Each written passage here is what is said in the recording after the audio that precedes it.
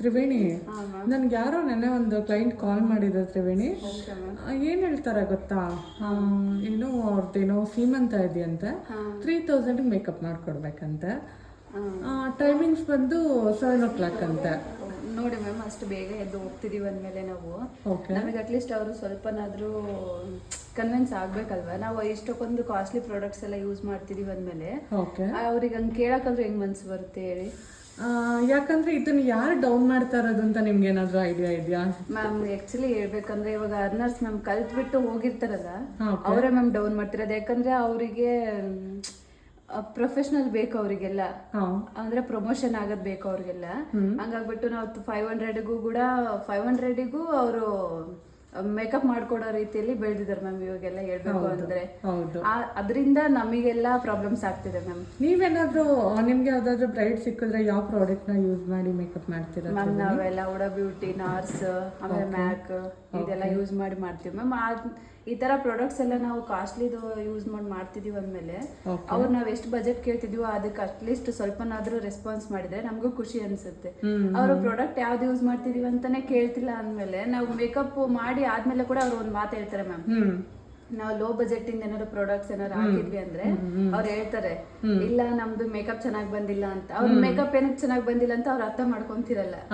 ನಾವು product costly use ಮಾಡಿದಾಗೆ ಅವ್ರಿಗೆ ಗೊತ್ತಾಗುತ್ತೆ. ಅವಾಗ ಅವ್ರು ಅರ್ಥ ಮಾಡ್ಕೋಬೇಕು ಮ್ಯಾಮ್ ಅವರು, ನಾವು ಏನಕ್ಕೆ ಇಷ್ಟೊಂದು ಕಾಸ್ಟ್ಲಿ ಅಮೌಂಟ್ ಹೇಳ್ತಿದ್ದೀವಿ ಮೇಕಪ್ಗೆ ಅಂತ.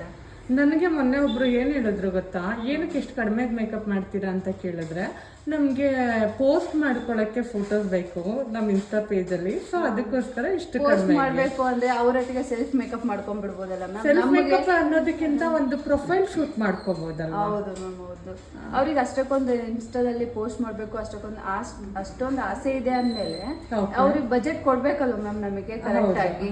ಅವ್ರಿಗೆ ನೀಟಾಗಿ ಬರೀ 2,500 ರೂಪಾಯಿಗೆ ಮಾಡ್ತಾರೆ ಒಂದು ಬ್ರೈಡಲ್ ಮೇಕಪ್ ನ ಅಂದ್ರೆ, ಅವ್ರು ಯಾವ ಪ್ರಾಡಕ್ಟ್ ನ ಯೂಸ್ ಮಾಡಿರ್ತಾರೆ, ಅವ್ರ ಎಕ್ಸ್ಪೀರಿಯನ್ಸ್ ಏನಿರುತ್ತೆ. ಅದೇ ಮ್ಯಾಮ್ 200-300 ಸಿಗುತ್ತಲ್ಲ, ಡ್ರಗ್ ಸ್ಟೋರ್ ಅಲ್ಲೆಲ್ಲ ಸಿಗುತ್ತಲ್ಲ, ಆ ತರ ಪ್ರಾಡಕ್ಟ್ ಯೂಸ್ ಮಾಡ್ಕೊಂಡು ಮಾಡ್ತಿರ್ತಾರೆ. ಅದು ಅವ್ರಿಗೆ ಗೊತ್ತಾಗಂಗಿಲ್ಲ. ಮೇಕಪ್ 1 hour ಕೂಡ ಇರಲ್ಲ ಮ್ಯಾಮ್ ಪ್ರಾಡಕ್ಟ್ ಯೂಸ್ ಮಾಡಿ. ಒಂದು ಕ್ವಾಲಿಟಿನ ಮೇಂಟೈನ್ ಮಾಡೋರು ಯಾವತ್ತೂ ಬಜೆಟ್ ನ ಲೋ ಮಾಡಲ್ಲ.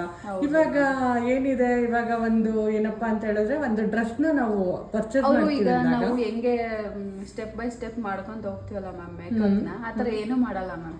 ಡೈರೆಕ್ಟ್ ಒಂದು ಫೇಸ್ ಕ್ಲೀನ್ ಮಾಡ್ಕೊಂತಾರೆ, ಕ್ರೀಮ್ ಕ್ರೀಮ್ ಏನು ಮಾಡಲ್ಲ ಮ್ಯಾಮ್. ಟೋನರ್ ಆಗಿರ್ಬೋದು, ಮಾಯಿಶ್ಚರೈಸರ್ ಆಗಿರ್ಬೋದು, ಏನು ಹಾಕಲ್ಲ ಅವರೆಲ್ಲ. Direct powder, foundation, lipstick, I shadow, Kajal ಇಷ್ಟೇ ಇಟ್ಬಿಟ್ರೆ ಸಾಕು ಅಂತಾರೆ. ಅದು ಎಲ್ಲ ಕ್ಲೈಂಟ್ಗೂ ಅರ್ಥ ಆಗ್ತಾ ಇಲ್ಲ. ಮೇಕಪ್ ಅನ್ನೋದನ್ನ ಬಜೆಟ್ ನ ತುಂಬಾ ಲೋ ಮಾಡ್ತಾ ಇರೋರೆ ನಾವೇ ಮೇಕಪ್ ಆರ್ಟಿಸ್ಟ್.